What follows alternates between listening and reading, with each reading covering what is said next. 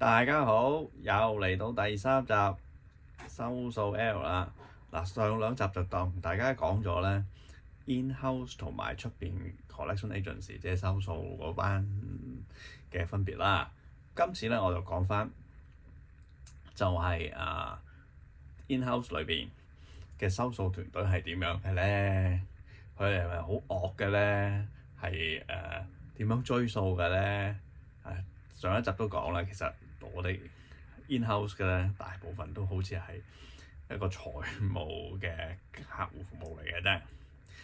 你話好惡咩？有嘅，絕對係有嘅，因為畢竟我哋係追數㗎嘛咁但係點樣惡法咧？又唔會係真係好粗言穢語啊，又唔係呢種嘅。但係惡嘅係態度。態度嘅意思係咩咧？即係唔係好大聲啊？係即係例如就係好多時 in-house 嘅，佢可以做一啲嘢嘅，就係當你有錢爭佢嘅時候，佢就唔俾貨你啦，或者唔俾服務你啦，即係唔會有新單落到啦，又或者會有啲收數嘅行動啦，例如就係甚至係出律師信啦，甚至係會入稟法庭啊咁樣。喺呢類，我意思就係呢啲態度上，佢哋好硬淨嘅，可能會，尤其是一啲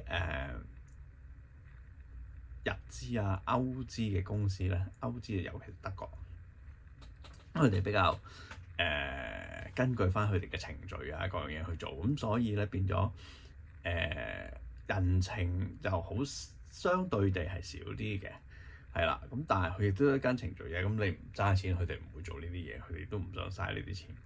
咁但係如果冇辦法，佢哋都要。但係你話係咪真係咁惡啊？但係我話俾你聽，有啲債仔咧仲惡過啲收數嘅。嗱，我以下所講嘅咧，我係有啲係親身經歷，有啲係聽翻嚟。你可以唔信，但係你問我，我係相呢啲全部喺我認知中係真實發生過。第一個你真係估唔到嘅，突然間上嚟公司傾講數，想唔俾錢，佢唔係一個人上嚟，總共係有10個人上嚟，同一間公司10個人。全部都講得白啲就爛仔打扮，咁上到去公司嘅 reception 嘅接待處，就話俾人聽，我哋係呢間公司嘅，我哋有嘢要同你傾，即係冇預約冇傾過嘅，突然間殺上嚟嘅。咁而呢個原本負責嘅收數員咧，個 collector 咧 in-house collector 就女士嚟嘅。咁個 reception 其實見到都唔係好對路㗎啦，咁佢就揾咗佢哋嗰位女士嘅 manager， 話俾佢聽，有一個客過嚟想揾你哋傾收數嘅問題喎，咁樣。咁嗰個 manager 其實都唔知佢帶咁多人上嚟嘅，反而呢樣嘢 reception 又冇同佢講，咁佢就落咗去。咁落到去嘅時候咧，都只係得兩個人，10個人之中有2個人，一個就係老闆啦，一個就係應該可能係佢啲助手啊嗰類。咁一開咁咪傾啦，但一開口就話錢我哋唔俾㗎啦，你就攞翻啲儀器啊各樣嘢啦，我哋唔會再俾錢㗎啦嚇，環境唔好啊冇錢㗎啦，咁樣亦都唔會有咩賠償啊各樣嘢，我哋唔會做呢樣嘢㗎啦。咁當然收數部嗰個經理就同佢講翻，喂，咁根據合約點，咁跟住講得2句咧，嗰個就已經入啲人過嚟啦。入另外嗰8個爛仔過嚟啦，叫做咁我就即係都係講嗰啲啦。錢我冇㗎啦，亦都唔會俾㗎啦。我而家有10個條友喺度，就係咁樣。咁最後經理其實都冇咩可以做到嘅，其實就係跟住據我所知，佢就係叫咗reception 嗰邊報警咯。咁但係最搞笑係咩咧？嗰個一上嚟嗰 10個人啦嚇，咁一個老細、一個助手同埋8個爛仔啦，其實係咁咧。個助手就即刻同我老細講：冷靜啲，冷靜啲。亦都跟住同翻嗰個經理講：唔需要做到咁樣，唔需要做。我哋慢慢傾，慢慢傾。去到呢個位，我諗大家其實都估到啦，其實真係得個拋字嘅啫。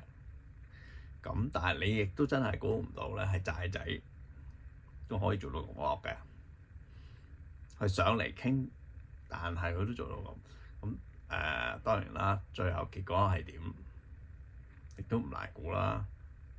玩到咁串，個經理真係企得行啦。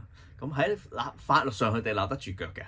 點解咧？因為的而且確喺合約上亦都寫到明，佢係即係個客係需要 fulfill 翻俾錢啊嗰樣嘢。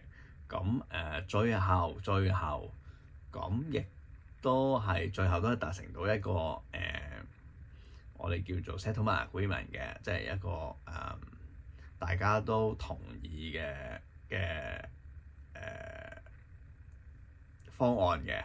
咁當然啦，你問係但係其實最後個結果嗰個所謂嘅同意方案，其實幾乎個客係要俾翻晒佢要俾嘅錢嘅。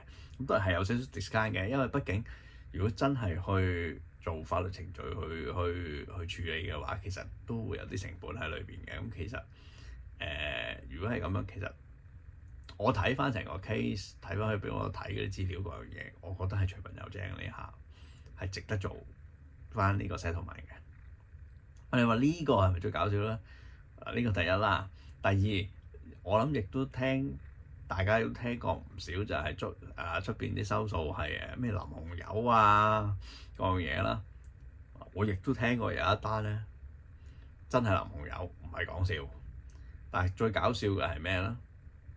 就爭人錢嗰個就臨間追佢數據嗰間公司嗱 in-house 嗰間公司就去淋佢紅油。佢話因為咧就嗰間公司不停喺度出 reminder 啦，一啲提示性嘅信件啦，再加上一啲律師信啦，甚至係話會告佢啦。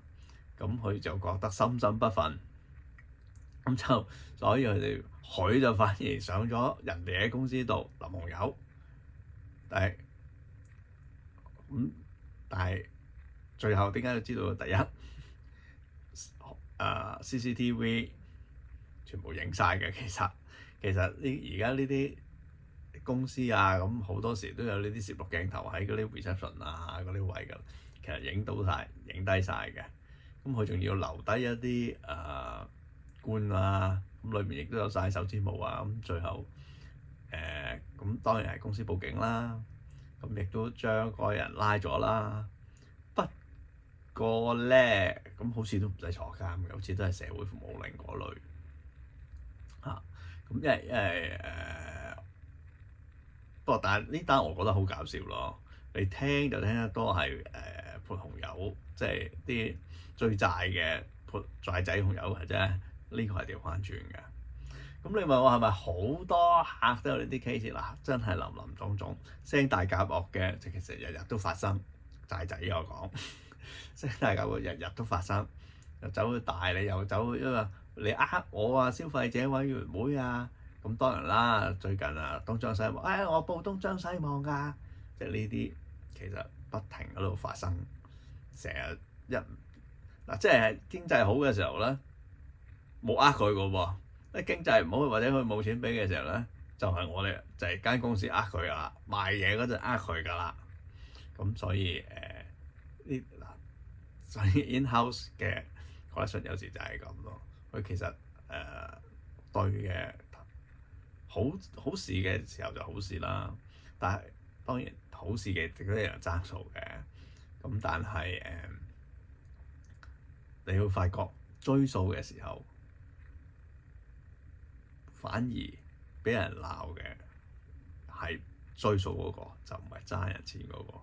呢個都可以講係收數嘅其中一個辛酸嚟㗎。